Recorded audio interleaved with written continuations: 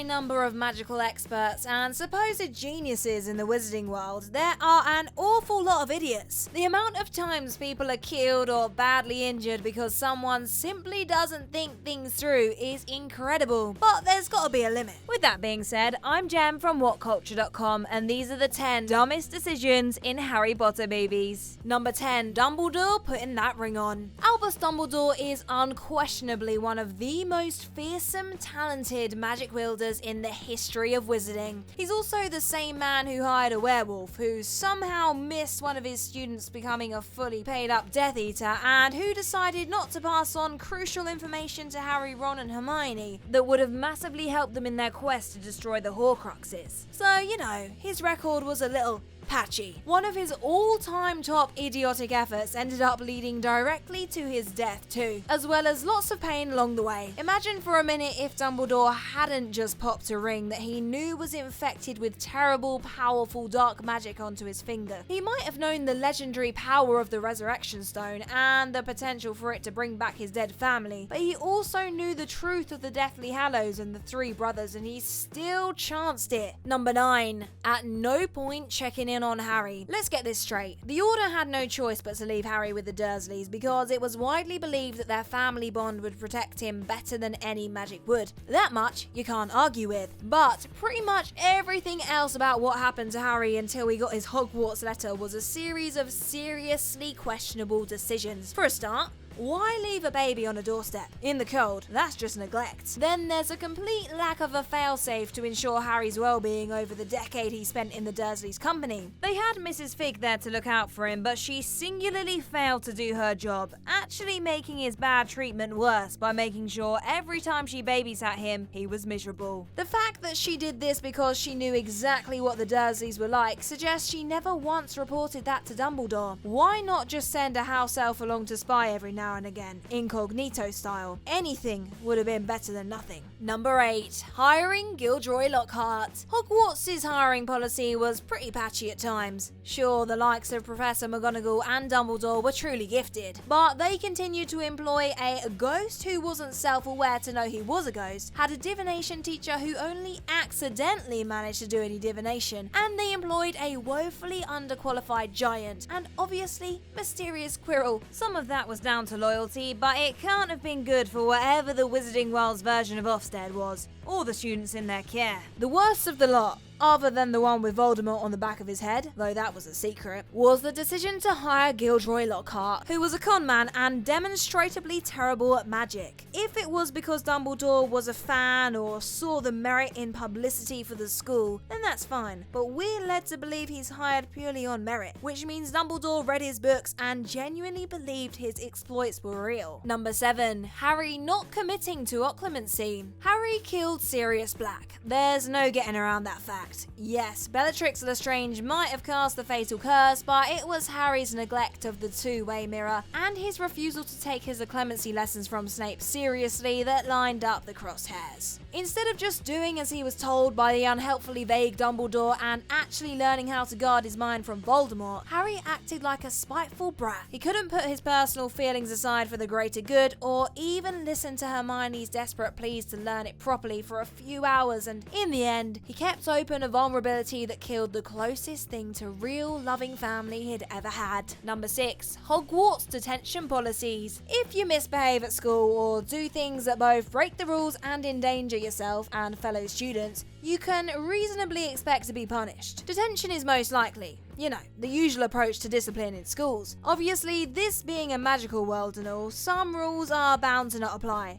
But that doesn't make Dumbledore's decision to send children into the Forbidden Forest, a place otherwise completely off limits with someone as inept as Hagrid, any more forgivable. The fundamental danger is obvious. The place has forbidden in its name. But add that to the known threats in there and the unknown threat of whatever is injuring unicorns, and you have a lot of reasons not to send the kids in. And to compound it all, Hagrid then decides to split the group up, taking Hermione and Neville with him and letting Malfoy and Harry go with Fang, who is a bloody coward, in his words. How nobody was killed here is incredible. Number 5. Wormtail staying with the Weasleys. If you were directly responsible for the deaths of two of your best friends, the betrayal of all your other friends, and the near fall of the Wizarding World to a Dark Lord, you'd probably find the best place to hide and stay there till your dying death. That would go doubtably if you hadn't pretended to die and your apparent murder had locked up one of your most powerful enemies. Not Peter Pettigrew though. No, he decided, in his infinite wisdom, to stay in his animagus form, Scabbers the Rat, and live as a beloved family pet with the Weasleys for over a decade. You could say this was an ingenious ploy designed to keep an eye on his enemies for word of his master's survival or something, but that would be giving him way too much credit. Living at the Burrow and Hogwarts is bad enough of a decision, but staying there once he knows Sirius has escaped and has the knowledge capable of exposing him, it's just plain idiotic. He got everything he deserved, I'm sorry to say. Number 4, the Golden Trio tried to run away from the Snatchers. It's really convenient how many times people in the Wizarding World forget magic or skills they've shown previously for the sake of increasing the story's drama.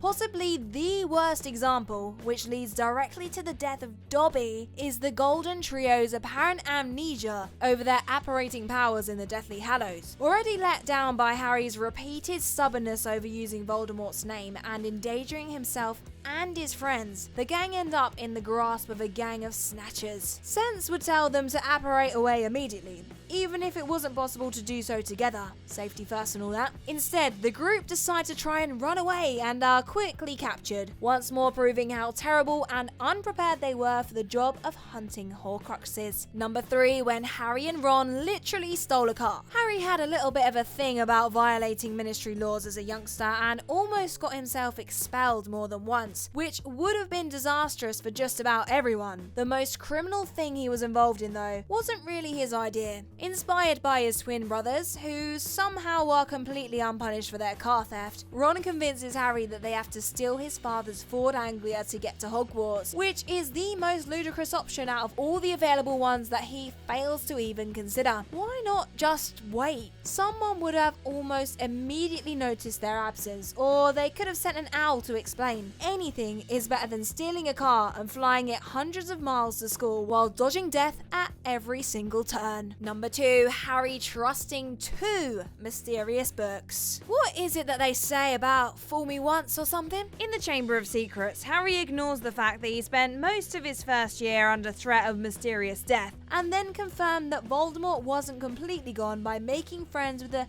suspicious looking book that talks to him in secret. Nothing at all ominous about that, is there, Harry? Naturally, it nearly kills him, and his lack of suspicion almost kills Hermione, Ginny, and several others, all because he didn't think to report it to anyone. And then, because Harry learns precious few lessons at all, when he's presented with another book that seems to be transmitting helpful, mysterious messages to him, he just trusts that it will all be fine and not at all linked to dark magic. So trusting is he that time he used Sectum's Emperor without knowing what it does and almost kills Malfoy. Shame on him, right? Number 1, when Voldemort didn't check for a pulse. If you knew that there was pretty much one person in the world who could kill you, and you just killed him, and were about to parade his body in front of the supporters, you'd probably check he was dead, wouldn't you? You know, particularly if he'd survived a killing curse once before in mysterious circumstances. But that sort of logic clearly is not for Lord Voldemort, who chooses to ignore the obvious benefits of checking if Harry's dead after meeting in the clearing in the Forbidden Forest, and instead just sips a big old cup of his own ego and goes to rub his victory into his enemies. It would have taken seconds to discover that Harry was alive, and Voldemort could have done something more to kill Harry properly, or at least run away from his seemingly immortal foe. It's just stupid. So that rounds up our list of the dumbest decisions in Harry Potter movies, but if you can think of any more, then let us know in the comment section down below, especially if you're a fellow Gryffindor. I've been Gem from WhatCulture.com, and you can catch me on all socials at Gemma McCarthy. Thanks for watching this vid today, and hopefully catch you soon.